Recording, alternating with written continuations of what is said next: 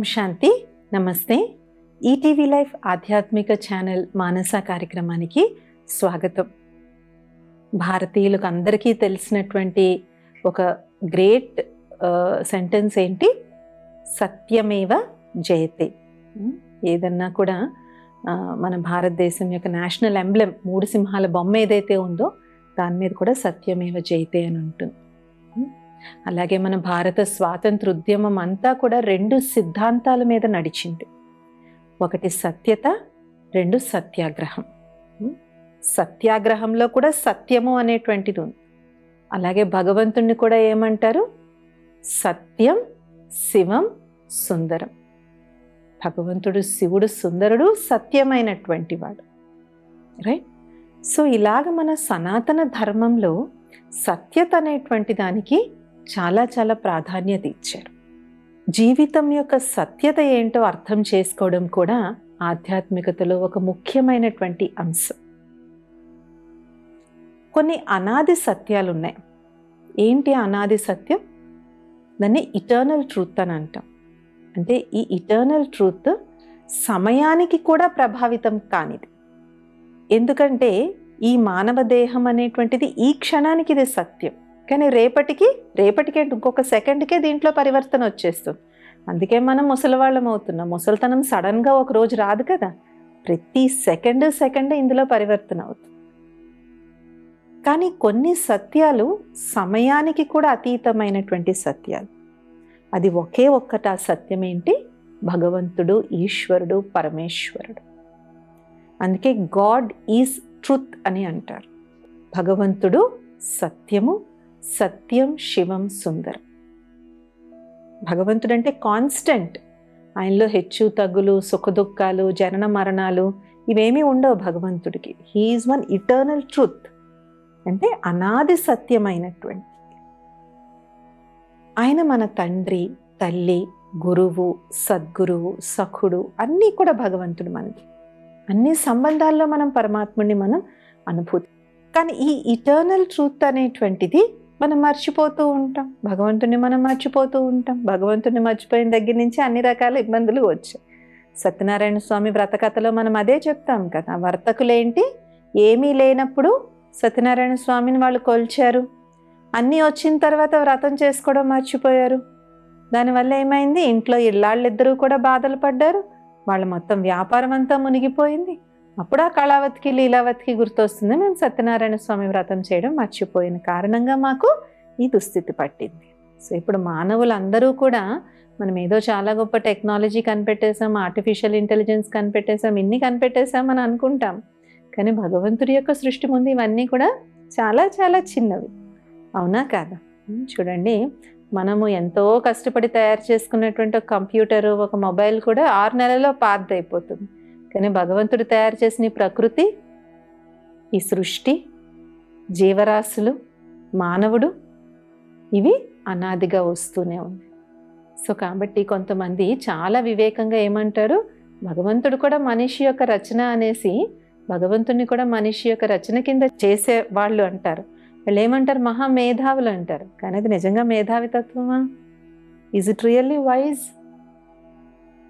మా అమ్మను కూడా నేనే సృష్టించాను అన్న కొడుకుని ఏమనుకోవాలి మనం? మా నాన్నని నేనే సృష్టించాను అన్న కూతురుని ఏమనుకోవాలి? పిల్లలు రచన, తల్లిదండ్రి రచయిత. కానీ అలాంటి తల్లిదండ్రికి కూడా రచయిత భగవంతుడు. కానీ కొంతమంది మహామేధావులు, ఎవరైతే మేము చాలా ఫిలసాఫికల్ పీపుల్, చాలా ఇంటలెక్చువల్ పీపుల్ అని చెప్పుకునేటువంటి వాళ్ళు ఏమంటారు? భగవంతుడిని కూడా మనిషే రచించాడు అని అంటారు. సో అది ఎవరి అభిప్రాయం వాళ్ళది. That's fine, that's okay. But భగవంతుడు అనేటువంటి వాడు అనాది సత్యం. అయితే ఈ అనాది సత్యం అనేటువంటిది ఎవరు కూడా మార్చలేరు.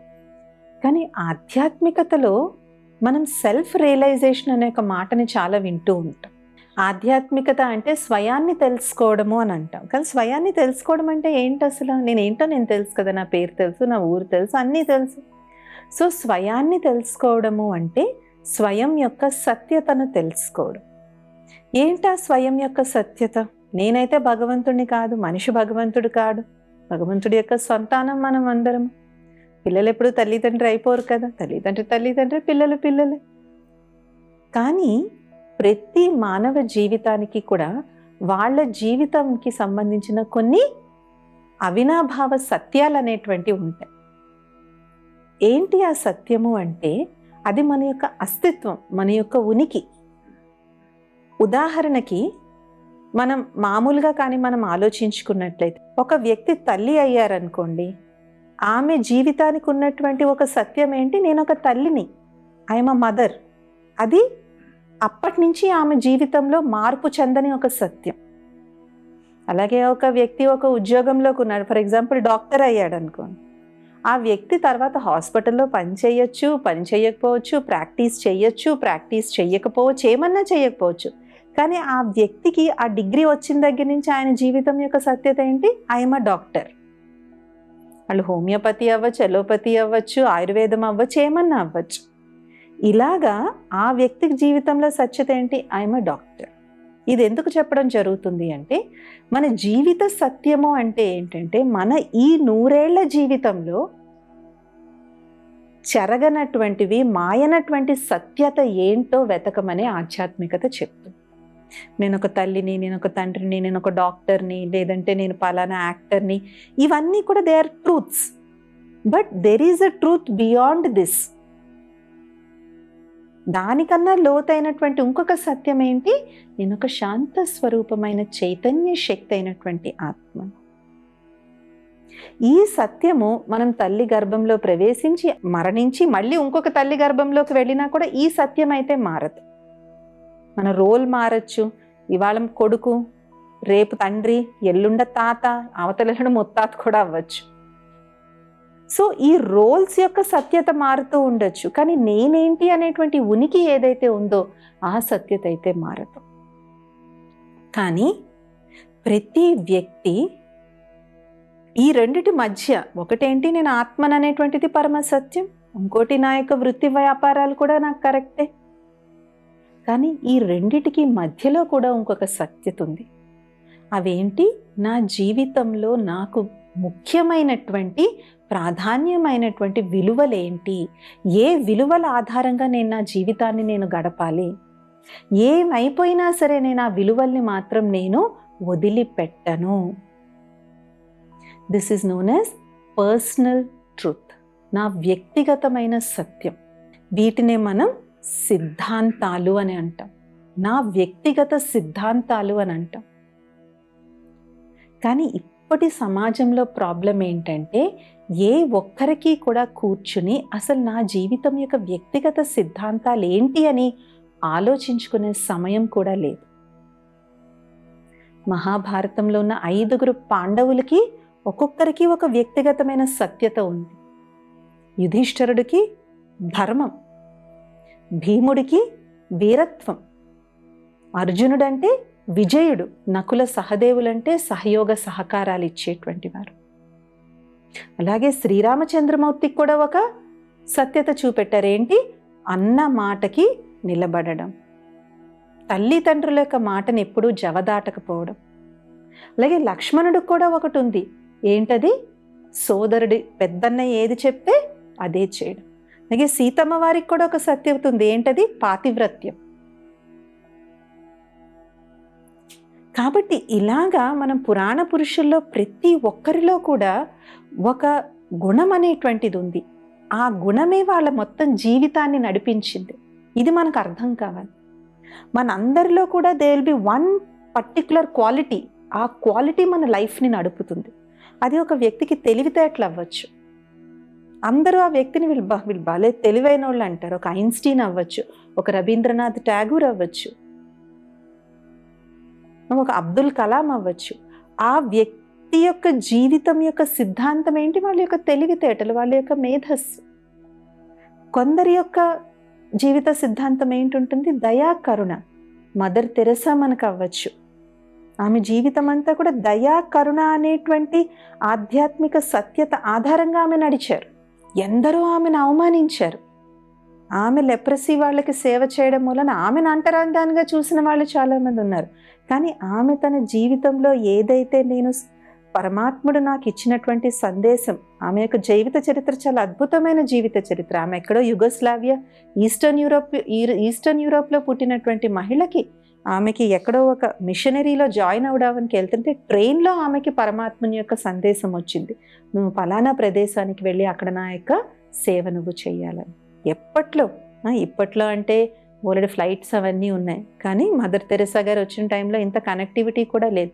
తెలియని ధర్మం, తెలియని ప్రాంతానికి వచ్చి ఆమె సేవ చేశారు. ఆమె జీవితానికి ఉన్నటువంటి సిద్ధాంతం ఏంటి? కరుణ, దయ. అలాగే మనం సత్య హరిశ్చంద్రుడి యొక్క జీవిత చరిత్ర చూసుకున్నట్లయితే ఆఖరికి భార్యా పిల్లల్ని అమ్మాల్సి వచ్చినా కూడా అమ్మేశాడు, కానీ సత్యతను మాత్రం ఆయన వదిలిపెట్టలేదు. ఇది కేవలం పురాణ పురుషుల్లోనే కాదు, ఈ మొత్తం ప్రపంచంలో ఉన్న ప్రతి ఒక్కరిలో కూడా there is a personal truth.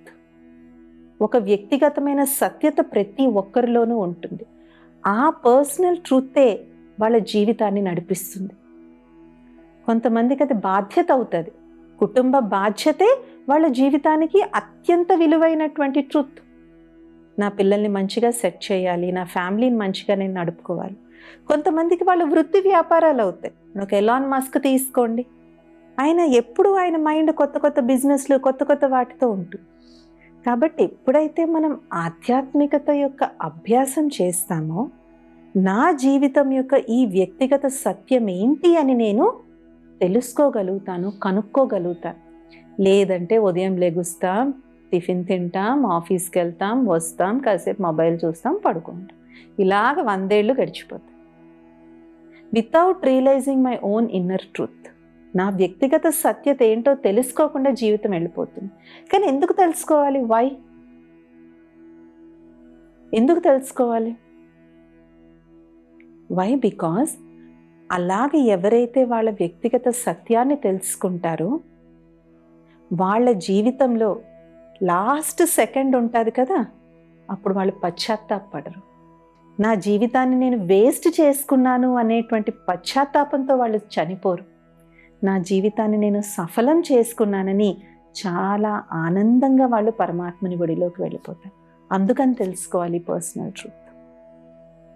అయితే ఈ వ్యక్తిగత సిద్ధాంతానికి బయట ప్రపంచంలో లభించే సక్సెస్కి ఏమీ సంబంధం ఉండదు. ఉదాహరణకి అశోకుడు జీవిత చరిత్ర చూసుకుందాం. అశోకుడు ఎలా పుట్టాడు? రాకుమారుడిలా పుట్టాడు. కాబట్టి ఆయన యొక్క బాధ్యత ఏంటి? సామ్రాజ్యం పరిపాలించడం ఆయన యొక్క బాధ్యత, యుద్ధాలు చేయడం ఆయన యొక్క బాధ్యత, రాజ్య విస్తరణ ఆయన యొక్క బాధ్యత. కానీ ఎప్పుడైతే కళింగ యుద్ధంలో అంత మారణ హోమాన్ని చూశాడో, ఆయన యొక్క వ్యక్తిగతమైనటువంటి value, his personal truth has awakened. ఆయన యొక్క వ్యక్తిగతమైనటువంటి సత్యత మేల్కొని ఆయన అహింసా మార్గంలోకి వెళ్ళాడు. అలాగే గాంధీ గారిని కూడా చూడండి, ఆయన లా చదువుకున్నారు, హాయిగా లండన్లో చదువుకున్నారు, ఆఫ్రికాలో మంచి బిజినెస్ ఉంది, మంచి ప్రాక్టీస్ ఉండేది. కానీ ఎందుకు అక్కడ ఆయన ఇమ్మిగ్రెంట్స్ తాలూకు రైట్స్ గురించి ఆయన ఫైట్ చేశారు ఆఫ్రికాలో? అక్కడ పొలాల్లో పనిచేసి, అక్కడ డైమండ్ మైన్స్లో పనిచేసి ఇమ్మిగ్రెంట్స్ యొక్క వాళ్ళకి వేతనాలు దొరకట్లేదు, వాళ్ళకి లేబర్ లాస్ వాళ్ళకి అప్లై కావట్లేదు. ఆయన ఫస్ట్ ఉద్యమం అక్కడ మొదలు పెట్టారు గాంధీ గారు, ఆఫ్రికాలో, దక్షిణాఫ్రికాలో. ఆ తర్వాత భారతదేశం వచ్చారు. ఏం పట్టింది ఆయనకి? కాబట్టి నేను ఒక జాబ్లో సెటిల్ అయిపోయాను, ఒక ఇల్లు కొనేసుకున్నాను, ఒక కారు కొనేసుకున్నాను, కాబట్టి నేను నా లైఫ్ తాలూకా గమ్యాన్ని నేను రీచ్ అయిపోయాను, అచీవ్ అయిపోయాను అంటే that is only one part, that is only one illusion. ఇప్పుడు కొన్ని సినిమాల్లో మనం చూస్తూ ఉంటాం కదా, హీరోకి తన గతం తెలీదు, సగం సినిమా అయ్యాక హీరోకి తన గతం తెలుస్తుంది, ఐఎమ్ సో అండ్ సో, ఇది నా బాధ్యత, ఇది this is my life's destiny అని చెప్పేసి. సో అలాగే ఎప్పుడైతే ఆధ్యాత్మికతలో ఏదైతే ఈ సెల్ఫ్ రియలైజేషన్ అనేటువంటిది ఎప్పుడైతే వస్తుందో, అప్పుడు మన లైఫ్ తాలూకా రియల్ డెస్టినీ, రియల్ పర్పస్ తెలుస్తుంది. అది మనిషికి జంతువులకి ఉన్నటువంటి తేడా. అది తెలుసుకోగలిగేటువంటి దివ్య బుద్ధి, అది తెలుసుకోగలిగేటువంటి ఇంటెలెక్చువల్ పవర్ భగవంతుడు మానవాత్మలో పెట్టాడు. అందుకే ఆత్మలో 3 భాగాలు ఉంటాయంటారు, మనసు, బుద్ధి, సంస్కారం. మనసు అనేటువంటిది అన్నిట్లో ఉంటుంది, మనసు ఆలోచిస్తుంది. కానీ బుద్ధి అనేటువంటిది ఏదైతే ఉందో ఇది మానవాత్మలో speciality. We can think, we can realise. అందుకనే మెడిటేషన్ అంటే చాలా మందికి ఉన్న అపోహలకు దూరం అవ్వాలి. మెడిటేషన్ అంటే ఏదో కేవలం బ్రీదింగ్ మీద కాన్సన్ట్రేట్ చేయడము, లేదంటే ఒక మ్యూజిక్ వింటూ కూర్చోవడం కాదు. They are relaxations. అది రిలాక్స్ అవ్వడం అవి. But in meditation we go deep with it. అసలు నా లైఫ్ ఏంటి, వాట్ ఐమ్ ఐ డూయింగ్? ఎప్పుడైతే ఈ సెల్ఫ్ రియలైజేషన్ వస్తుందో మన లైఫ్ 1 సెకండ్లో చేంజ్ అయిపోతుంది. అలాగని కొత్త రియలైజేషన్ తర్వాత లైఫ్ హ్యాపీగా ఉంటుందంటే కాదు. They will be lots of problems. హాయిగా ఏసీ చైర్లను వదిలేసి మండు టెండల్లో తిరగాల్సింది ఉంటుంది. They will be lots of problems, but they will be contentment in life. లైఫ్లో ఒక రకమైన సంతుష్టత ఉంటుంది. నా జీవితం పనికొస్తుంది, మై లైఫ్ ఈజ్ యూస్ఫుల్. అలాగని పస్తులుండి చనిపోతామని కాదు. బ్రహ్మబాబాకి కోటీశ్వరుడు ఆయన. భారతదేశంలో అన్ని ప్రాంతాల్లో బాబాకి నగల వ్యాపారం ఉండేది. పెద్ద పెద్ద రాజులు, రాణులు, వైస్రాయ్స్ బాబాకి క్లయింట్స్ కింద ఉండేటువంటి వారు. ఎంతో హ్యాపీ లైఫ్ బాబాది. కానీ ఎప్పుడైతే పరమాత్ముని యొక్క అవతరణ జరిగిందో ఆయనకు అవన్నీ ఎలా కనిపించాయి? రాళ్లలాగా కనిపించాయి. తన భాగస్వాముల్ని పిలిచి, మీకు ఎంత కావాలో మీరు అంత తీసుకోండి, మీరు నాకు ఎంత ఇవ్వాలంటే అంత ఇవ్వండి, నాకు ఇంక ఈ రాళ్లతో నాకు పని లేదు. పరమాత్ముడి యొక్క జ్ఞాన రత్నాలు నాకు లభించిన తర్వాత ఈ రత్నాలతో నాకు పని లేదని చెప్పి తన యావత్ ఆస్తిని కూడా ఒక ట్రస్ట్ కింద పెట్టి ఓం మండలి అని బ్రహ్మకుమారి సంస్థను ఆరంభించారు. ఇది ఇప్పుడు ఒక వట వృక్షంగా అయ్యి 140 దేశాల్లో లక్షలాది మందికి ఆధ్యాత్మిక వెలుగును చూపెడుతుంది. ఎందుకు? బాబాకి ఏం పట్టింది ఆయనకి? ఆయన హ్యాపీగా ఉండొచ్చు. అండ్ అప్పటికేమన్నా బాబా వయసు చిన్నదా? 60 సంవత్సరాలు. కాబట్టి స్పిరిచువాలిటీ వల్ల మన జీవితం యొక్క పర్సనల్ ట్రూత్ మనకి తెలుస్తుంది. నేను అసలు ఎందుకు పుట్టాను ఈ ప్రపంచంలో? Why am I born? కాబట్టి ఫ్యూ మినిట్స్ ఆఫ్ సైలెన్స్, కొద్ది క్షణాల యొక్క సైలెన్స్ ఏదైతే ఉంటుందో, ఈ కొద్ది క్షణాల యొక్క సైలెన్స్ మనల్ని డీప్ రియలైజేషన్లోకి మనకి తీసుకుని వెళ్తుంది. అందుకే ఆధ్యాత్మికతలో మౌనానికి, సైలెన్స్కి చాలా ప్రాధాన్యత అనేటువంటిది ఇవ్వడం జరుగుతుంది. ఎందుకు ఆ ప్రాధాన్యత ఇవ్వడం జరుగుతుంది అంటే, ఆ silence lies all the solutions అంటారు. సైలెన్స్లో అన్ని ప్రశ్నలకి సమాధానాలు ఉంటాయి. మనకు ఒక క్వశ్చన్ ఉందనుకోండి, ఆ క్వశ్చన్ వేసేసి మనం సైలెన్స్లోకి వెళ్ళిపోవడమే. సొల్యూషన్ ఆటోమేటిక్గా ఏ టైంలో ఏ రూపంలో రావాలో ఆ రూపంలో వస్తుంది. కానీ మనం ఏం చేస్తాం? ప్రశ్న వేసి దానికి సమాధానం కూడా మనమే కనిపెట్టే దాంట్లో బిజీ అయిపోతాం. కాబట్టి సొల్యూషన్ అనేటువంటిది దొరకదు. ఇది the personal truth of life. మూడోది, సమాజానికి కూడా ఒక సత్యత ఉంది. సమాజానికి ఉన్నటువంటి సత్యత ఏంటి? నీతి, నియమం, ధర్మబద్ధత. ఎప్పుడైతే సమాజం ఈ సత్యత నుంచి పక్కకి వెళ్తుందో అది సాంఘికం నుంచి అసాంఘికం అయిపోతుంది. మన సమాజానికి పట్టుకొమ్మలేంటి? కుటుంబ వ్యవస్థ, పరివార వ్యవస్థ, నీతి, నియమం, నిజాయితీ, ధర్మం, మన రాజ్యాంగ వ్యవస్థ, మన డెమోక్రసీ, మన లోకతంత్రత, ఇవన్నీ మన సమాజానికి ఉన్నటువంటి సత్యాలు.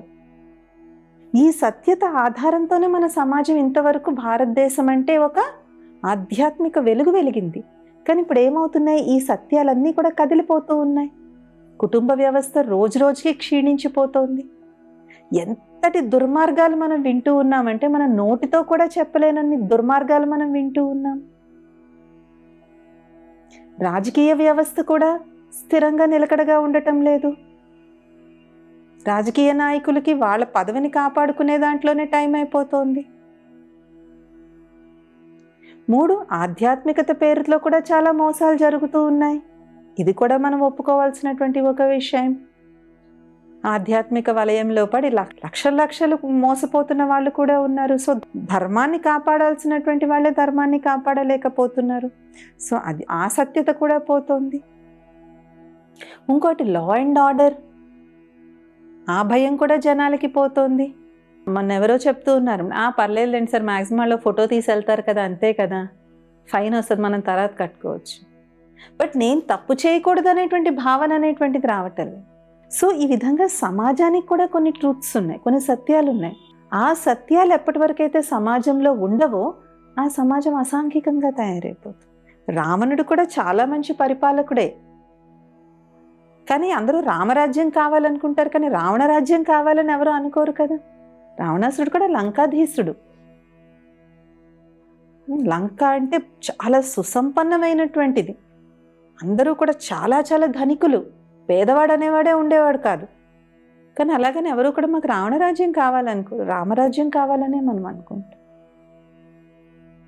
ఎందుకంటే రామరాజ్యంలో ఉన్నటువంటిది ధర్మం. So the society as a whole has a truth.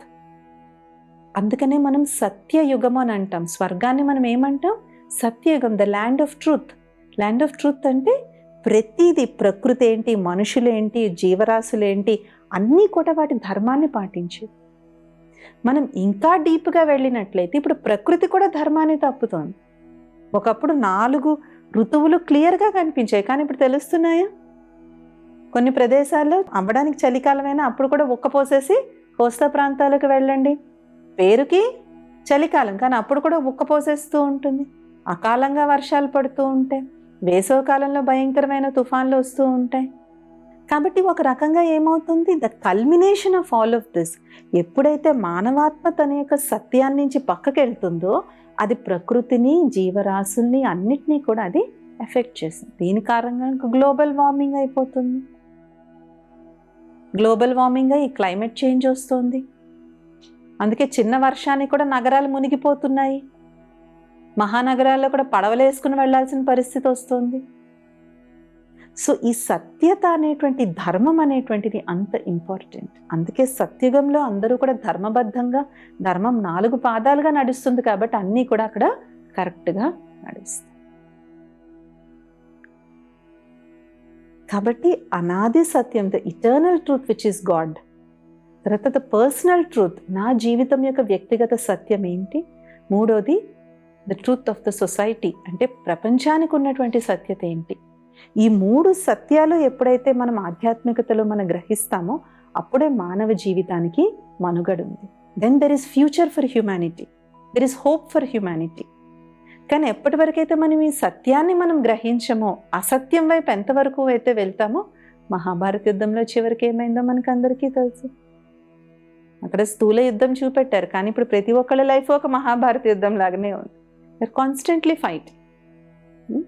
కాబట్టి ఆధ్యాత్మికతలో ఇలాంటి కొన్ని డీప్ కాన్సెప్ట్స్ని కూడా మనం అండర్స్టాండ్ చేసుకోవాలి. సో మెడిటేషన్లో మనం కూర్చున్నప్పుడు మనకి ఏదైనా ఒక క్వశ్చన్ ఉందా, just put that question and be in silence. దానికి ఎప్పుడు ఏ రూపంలో ఎలా సమాధానం రావాలో ఆ రూపంలో అలాగే అది సమాధానం వస్తుంది. కాబట్టి ఇవాల్టి ఎపిసోడ్ మిమ్మల్ని కొంచెం ఆలోచింపచేసే విధంగా ఉందనేది మా యొక్క భావన. ఇది ఇవాల్టి మానస కార్యక్రమం. వచ్చే మానసాలో ఇంకొన్ని అంశాలతో కలుద్దాం. ఓం శాంతి. నమస్తే.